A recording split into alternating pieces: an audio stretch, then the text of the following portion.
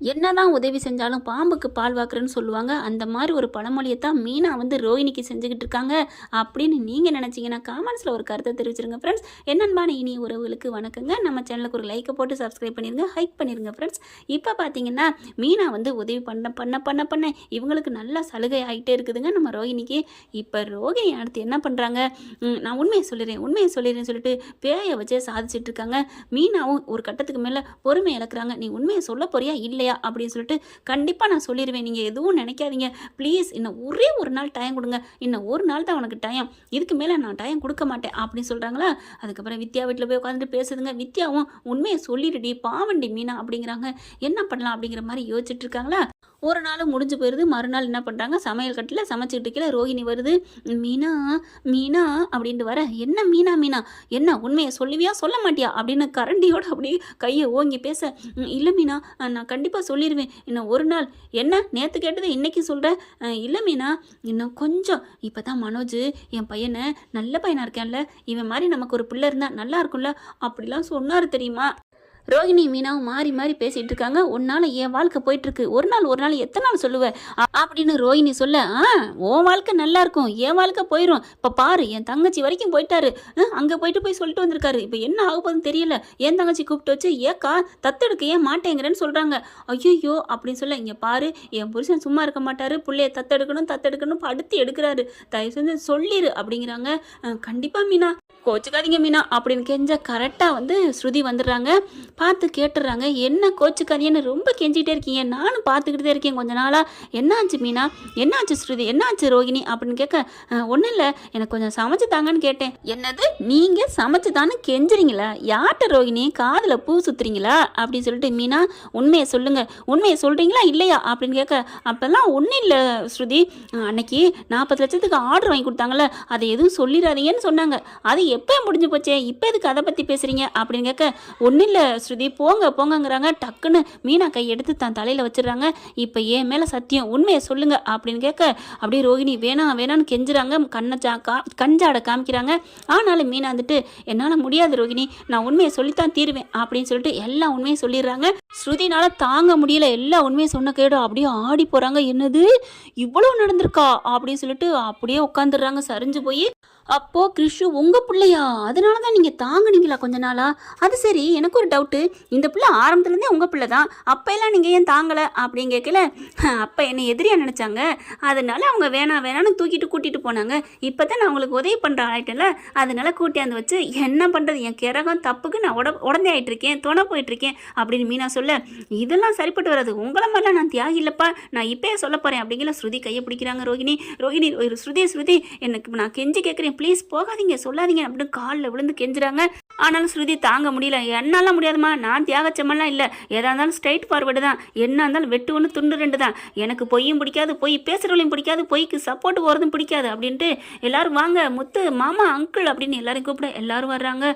வந்த கையோட அப்படியே ரோஹிணி கெஞ்சுது வேணான்ட்டு. மீனாவும் இல்லை ஸ்ருதி ப்ளீஸ் அப்புறமா பார்த்துக்கலாம், நீங்கள் சும்மா இருங்க மீனா அப்படின்னு சொல்லிட்டு, என்னம்மா என்ன பிரச்சனை, ஆளுக்கு முத்து தான் கூப்பிடுவான், ஏதாவது பிரச்சனை பண்ணுவான், பஞ்சாயத்து பண்ணுவான், ஆனால் இப்போ என்ன நீ கூப்பிட்ற அப்படின்னு அண்ணாமலை கேட்க, என்னப்பா என்னை எப்போவுமே பிரச்சனை பண்ணுறவனே முடிவு கட்டிங்களா, டே விட்டுடா அப்படின்னு சொல்லிட்டுக்கல. விஜயா என்ன ஸ்ருதி என்ன, எல்லாத்துக்கும் ஒரு பிரச்சனைக்கு முடிவு வருது, இந்த கிறிஷு யாரு எதுக்கு இங்கே இருக்கான் அப்படின்னு டவுட்டா எல்லாருக்கும் இருந்துச்சா. ஆமாம் இப்போ அவங்க அம்மாலாம் இறக்கலை, என்னது அவங்க அம்மா இறக்கலையா அப்படின்னு எல்லாரும் பார்க்குறாங்க. அவங்க இங்கே தான் இருக்காங்க. இங்கேயா, சென்னையிலையா? ஆமாம் சென்னையில். எங்கே? இந்த வீட்டில் தான். இந்த வீட்லையா? எங்கே? இதோ இந்த நிற்கிது பாருங்க, இதுதான் அவங்க அம்மா கல்யாணி அப்படின்னு சொன்னோன்னா ஆடி போகிறாங்க. என்னது அவளோட அம்மாவா அப்படின்னு சொன்னோன்னே ஸ்ருதி எல்லாத்தையும் சொல்லிடுது. இதெல்லாம் கேட்டோன்னு ஆடி போகிறாங்க. அப்படியே மனோஜுக்கு பைத்தியம் பிடிக்குது. என்னது இவ பிள்ளையா, இவ கல்யாணம் ஆனவளா, பிள்ளை பத்தவளா, விஜயா பார்க்குது. அப்போவே என் மாமியார் சொன்னுச்சு இவ பிள்ளை பத்தவ மாதிரி இருக்கானா அப்படின்னு எல்லாரும் ஆடி போகிறாங்க. இது எல்லாம் மீனாவுக்கு எப்போ தெரிஞ்சிருச்சு. அந்த கோயிலில் அங்கேருந்தே ஒரு மாதிரி ஆனாங்க பார்த்தீங்களா. ஆமாம் அதான் நீ அப்படி இருந்தியா. ஆமாங்க உங்ககிட்ட குற்றம் ஒன்றும் இல்லை, நான் மறைச்சேங்கிறதுல எப்படி இருந்தேன் தெரியுமா, அதனால நான் அம்மா வீட்டுக்கே போனேன், இவகிட்ட உண்மையை சொல்லுன்னு, ஆனால் கேட்க மாட்டேன்ட்டாலே அப்படிங்கல. விஜயா பலார் பலன்னு ரோஹிணிக்கு அடி கொடுக்குது. ஏன் மீனா என்கிட்டே மறைச்சிட்டியே, என்னங்க பண்ணுறது, ஒரு பொண்ணோட வாழ்க்கைங்க. எனக்கு கூட பிறந்தவங்களாம் நான் நினச்சேன், நீ நினச்சம்மா, ஆனால் அவங்க நினைக்கலையே, உன்னை வச்சு அவங்க குளிர் காஞ்சிட்டு தானே இருந்திருக்காங்க அப்படிங்கிறாங்க. மனோஜ் மனோஜ் மனோஜ் பாவம் கிறிஷ், நம்ம பிள்ளையா ஏற்றுக்குமே அப்படி இப்படின்னு எவ்வளோ கெஞ்சுறாங்க. நோ வே, அடித்து துறைச்சி வீட்டை விட்டு கட்டிடுறாங்க. உன் பிள்ளைய கூட்டிகிட்டு போடின்னு எவ்வளோ மீனாவும் முத்துவுமே கெஞ்சி பார்க்குறாங்க. கிறிஷ் இருக்கட்டும் அப்படின்னு சொல்லிட்டு முடியவே முடியாதுன்னு சொல்லிட்டு ஆத்தால மேனே வெளியே அனுப்பிடுறாங்க. ஸ்ருதி பார்க்குது, ஐயோ இப்படி ஆயிடுச்சு அப்படிங்கிற மாதிரி. என்ன ஸ்ருதி பாரு, ஒரு பிள்ளையும் தாயும் வீட்டை விட்டு விரட்டினா அது பாவம் இல்லையா? என்னங்க நான் என்ன தப்பு பண்ணேன், அவங்க பண்ண தப்பை சொல்லி காமிச்சேன், இதில் என்ன இருக்குது? ஏய் நீ என்னடி அவளுக்கு வக்காலத்து வாங்கிட்டு ஏன் மருமகளை திட்டுற? அடேங்கப்பா என்ன பாருங்க, ஸ்ருதியை ஏன் மருமகளை ஏன் திட்டுறியா? இங்கே பாரு, நீ இவ்வளோ நாள் மறைச்சதுக்கு நீ தாண்டி வீட்டை விட்டு போகணும் அப்படின்னு சொன்ன கையோட முத்துக்கு பட்டுன்னு கோவம் வருது. என்னது ஏன் பொண்டாட்டி எதுக்கு போகணும், தப்பு பண்ணது ஏன் பொண்டாட்டி இல்லை, இதோ இவன் பொண்டாட்டி அப்படிங்கிற மனோஜ் பார்க்குறதே. இனிமேல் அவள் என் பொண்டாட்டி இல்லடா, ஏன் அப்படிலாம் சொல்கிற அப்படிங்கிறாங்க. மனோஜ் நீ சொல்கிறா அந்த கரெக்டு, அவள் இனிமேல் இந்த வீட்டுக்கு லாய்க்கே இல்லை அப்படிங்கிறாங்க. அண்ணாமலை பார்க்குறாரு, இதுக்கு என்ன சொல்கிறதுன்னு ஒன்றுமே புரியலையே அப்படின்ட்டு எனக்கு நெஞ்சு வலிக்குது அப்படின்னு உட்காந்துறாரு. நெஞ்சை பிடிச்சிறாரு. ஐயோ அப்பா என்னாச்சு என்னாச்சுன்னு சொல்லிட்டு இருக்கல, ரொம்ப அவருக்கு நெஞ்சு வலி வந்துடுது. ஆஸ்பத்திரி தூக்கிட்டு போகிறாங்க. அங்கேயே காவ காக்குறாங்க, குளுக்கோஸ் ஏறுதுங்க. அட ஆமாங்க, வீட்டுக்கு வந்த மருமக புள்ள இருக்குது, அதுவும் மலேசியா, அவள் விட்ட பில்டப் இருக்கே அதுதாங்க ஆர்த்த முடியலை. தங்கமயில் வீட்டில் எப்படி 80 பவுன் சொன்ன மாதிரி இங்கே இந்த பிள்ளை பண்ணது எல்லாரும் ஆடி போகிறாங்க. அதுக்கப்புறம் இந்த பிள்ளை தாயும் பிள்ளையுமா அங்கே போய் உட்காந்துருக்காங்க. இங்கே 3 பேரும் பேசுகிறாங்க, வித்யாவும் மகேஷும். பாத்தியா நான் சொன்னேனே கேட்டியா, இந்த அனுப்பிட்டாளுங்க போதுமா அப்படின்னு சொல்ல வித்யா பார்க்குது. இருடி இப்போதைக்கு தான் அனுப்பியிருக்காங்க, என்னமோ புதுசாக இன்னைக்கு தான் அனுப்புன மாதிரி பேசுகிற, உன்னோட குட்டு ஒவ்வொன்று தாய் மாமா இல்லைன்னு தெரிஞ்சாக்கா அப்படித்தான் அனுப்புனாங்க. அப்புறம் அதுக்கப்புறம் கூட்டிகிட்டு போயிட்டாங்க. அப்புறம் அப்போ இல்லை மலேசியா இல்லை அப்படின்னு தெரிஞ்சிச்சு, அப்பயும் இப்படி தான் அனுப்புனாங்க, கூட்டிகிட்டு போயிட்டாங்க. அதே மாதிரி தான் இதுவும் கையில் சுட்டோன்னு அப்படின்னு வலிக்கும் இல்லையா, கொஞ்சம் காயம் இருக்கும் இல்லையா ஒரு கொஞ்ச நாளைக்கு, அதுக்கப்புறம் ஆறிடும்ல, அது மாதிரி ஆறுனதுக்கப்புறம் வருவாங்கடி அப்படின்னு சொல்ல எனக்கு நம்பிக்கை இல்லை, இது பெரிய காயம், இது ஆறவே ஆறாது, என்னை கூப்பிட்டு போக மாட்டாங்க, என் வாழ்க்கை போச்சு போச்சு அப்படின்னு அழுகுறாங்க. இதுக்கு இத்தனைக்கு காரணம் அந்த பூக்காரி தான். என்னது பூக்காரியா, யாரடி சொல்கிறேன்? அந்த மீனா தான். அடி பாவி, உனக்கு இவ்வளோ நாள் உதவி பண்ணல, எனக்கு பரவாயில்ல உதவி பண்ணுறான்னு சொன்னேன், இப்போ பூக்காரியா அப்படின்னு சொல்ல வித்யா அப்படின்னு சொல்லிட்டு அவளை நான் சும்மா விட மாட்டேன், அவளுக்கு இருக்கு பெரிய ஆப்பா வைக்கிறேன் அப்படின்னு சொல்லிட்டு பிளானை போடுது. அடி பாவி, வேணாண்டி வேணாண்டின்னு எவ்வளோ சொல்கிறாங்க ஆனால் கேட்கலங்க. மறுக்க பார்த்தீங்கன்னா அவள் என்னென்ன பிளான் பண்ணுறா, எங்கே போகிறா அப்படிங்கிறதே பிளான் பண்ணிக்கிட்டே இருக்குது. கரெக்டாக அவங்க ஆர்டர் எடுத்துகிட்டு இருக்காங்க. அதாவது பெரிய பணக்காரங்க இல்லையா, பழங்களாலே ஆனது பொக்கையாவை திருப்பி கொடுக்கணும், அதாவது வர்றவங்களுக்கு கிஃப்ட் ரிட்டன் கிஃப்ட் அப்படின்னு சொல்லி கேட்டிருக்காங்க. 1000 கிஃப்ட் வேணும் அப்படிங்கவும் விழுந்து விழுந்து மீனா பார்த்துட்டு இருக்காங்க. என்ன பண்ணுது, நிறைய தான் அப்படி ஒரு அழுகுனதாக ஏற்பாடு பண்ணிடுதுங்க. இந்த ரோகிணி போய் சிந்தாமணிகிட்ட சேர்ந்துருதுங்க, கை கோத்துக்கிறாங்க. மேடையில் வச்சு எல்லாரும் வந்து வாழ்த்திக்கிட்டு இருக்காங்க. பெரிய விட்டு கல்யாணம். பார்த்தா வாங்குறவங்க எல்லாரும் அந்த வர்றவங்ககிட்ட இவங்க இடையில திணிச்சு விட்றாங்களா, அந்த பழத்தை பார்க்குறாங்க, நாரி கிடக்கு, அடி வேணுக்குன்னே நாத்த சென்று அடிச்சு விட்றாங்க போல இருக்கு. அது நாத்த மருந்து, அது என்னன்னு சொல்ல முடியாது. என்னது அழுகி போயிருக்கு நாரி போயிருக்கு அப்படின்னு சொல்லி பார்க்குறாங்க எல்லாரும். ஆமாம் எங்கோட்டு தான் அப்படின்னு சொல்ல நல்லா இருக்க பல பூதுமே தூக்கி எறிஞ்சிடறாங்க. பார்த்தா அந்த கான்ட்ராக்ட் கல்யாணம் பண்ண என்ன பண்ணுறாங்க, கான்ட்ராக்ட்காரரை கூப்பிட, அவங்க மீனாவை கூப்பிட, என்னம்மா அப்படி பண்ணியிருக்கிற அப்படின்னு சொல்லல, நான் நல்லா தாங்க பண்ணேன், எதுவும் தப்பு செய்யலையே அப்படின்னு சொல்கிறாங்க. என்ன தப்பு செய்யலையா, இங்கே பாரு அப்படின்னு புழு வச்சிருக்கு, இப்படி இல்லாமல் கொடுத்து ஏமாத்துவீங்க அப்படி இப்படின்னு ஒரே சண்டையாக நடக்குது.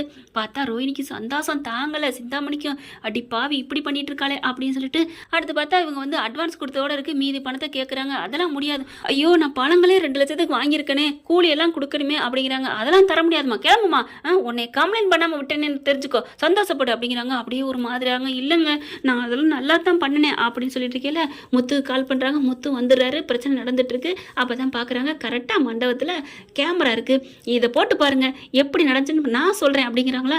ஆமாம்ல அப்படிங்கிற ரோஹிணிக்கு சிந்தாமணிக்கு தூக்கி வாரி போடுது. ஐயோ அப்படின்னு சொல்லிட்டு நம்ம வாங்க எஸ்கேப் ஆயிடுவோம், என்ன நடக்குதுன்னு பார்ப்போம் இரு அப்படின்னு தலையில் துணியை போட்டு ஓரமாக ஒண்டி நிற்கிதுங்க. கேமரா போட்டு பார்த்தா அதில் கரெக்டாக வேறு ஆளுங்க வெளியில் வந்து இந்தாங்கன்னு கொடுக்குறாங்க. ஆஹா இந்தா பார்த்தீங்களா, போதுமா, என் பொண்டாட்டி எந்த தப்பும் பண்ணலன்னு தெரியுதா அப்படிங்கிறாங்க. அவங்க கொடுத்த பாக்ஸை மட்டும் பார்க்குறாங்க, இதுதான் அவங்க கொடுத்தது, என் பொண்டாட்டி செஞ்சது இது இல்லை அப்படிங்கல. இப்போ என்ன பண்ணுவீங்க அப்படின்னு முத்து கத்துனோன்னு, சாரி தம்பி சாரி மீனா அப்படின்னு சொல்லிட்டு எல்லாரும் மன்னிப்பு கேட்குறாங்க. இப்படி பண்ணிட்டீங்களா, இல்லை தப்பாக எடுத்துக்காதீங்க, அசிங்கப்படுத்தினாக்கா மன்னிப்பு கேட்டுக்கிறோம், உங்கள் பணத்தை நான் உங்கள் அக்கௌண்ட்டில் போட்டுறேன் அப்படிங்கிறாங்க. ஏயா பணம் பணமாயா பெருசு, என் பொண்டாட்டியை அசிங்கப்படுத்துனீங்களே சார் சார் சார் நாங்கள் என்ன சார் பண்ணுவோம் அப்படிங்கிறாங்க. அப்படியே ஆடி போகிறாங்க சிந்தாமணி. அதுவும் இப்போ இது யார் கொடுத்தது, இவங்களை கண்டுபிடிக்கணும் அப்படிங்கிறாங்க. கரெக்டாக வாசல் வரைக்கும் பார்க்குறாங்க, அவங்க அங்கிட்டு போயிடுறாங்க, யாருன்னு தெரியாமல் போயிடுது. அப்பாடா நம்ம தப்பிச்சோம் அப்படிங்கல. அது சரிங்க. மீனா பார்க்குறாங்க, எப்படிங்க அதை கண்டுபிடிச்சிங்க? மீனா எனக்கு எல்லாம் தெரியும், நான் தானே உனக்கு கவர் வாங்கி கொடுத்தேன். ஆமாம் அதில் பாரு எல்லாத்துலேயும் எம்முன்னு நான் அச்சடிச்சு வாங்கிட்டு வந்தேன் தெரியுமா? என்னம்மா சொல்கிறீங்க? ஆமாடி, இந்த புழு வச்சது எல்லாத்துலேயுமே எம் இல்லை, அதை வச்சு தான் நான் கண்டுபிடிச்சேன் அப்படிங்கிறாங்க. சரி நீங்கள் அதையே சொல்லியிருக்கலாமே, இதெல்லாம் என்னம்மா இது நீங்கள் வாங்கினதுல எம்எம் அடிக்காமல் இருக்கும் அப்படின்னு சொல்லிடுவாங்க. அதனால தான் கேமரா வச்சு செக்அப் பண்ணி யாரோ இடையில திணிச்சிருக்காண்டு அப்படின்னு மாமா அப்படின்னு முத்து அப்படி கட்டி பிடிச்சிக்கிறாங்க. மீனாவை அப்படியே அலேக்க தூக்கிறாரு. என் பொண்டாட்டியை நாங்கள் கஷ்டப்பட விட்டுருவேனா அப்படிங்கிறாங்க. என்ன ஃப்ரெண்ட் இப்படி போனால் எப்படி இருக்கும் பார்க்கலாம் என்ன நடக்க போகுதுன்னு. தேங்க்யூ. வீடியோ உங்களுக்கு பிடிச்சிருந்தா தயவு செய்து லைக் பண்ணுங்க. இன்னும் அப்டேட்ஸ்க்காக சேனலை சப்ஸ்கிரைப் பண்ண மறக்காதீங்க. நம்ம கிட்ட இருக்க எல்லா சேனல்ஸோட லேட்டஸ்ட் வீடியோ அப்டேட்ஸ்க்காக மேல ரைட் சைடுல காட்டுற லிங்கை கிளிக் பண்ணி வாட்ஸ்அப் குரூப்ல ஜாயின் பண்ணுங்க. உங்களிடம் விடைபெறுவது நான் உங்கள் மெஹர்.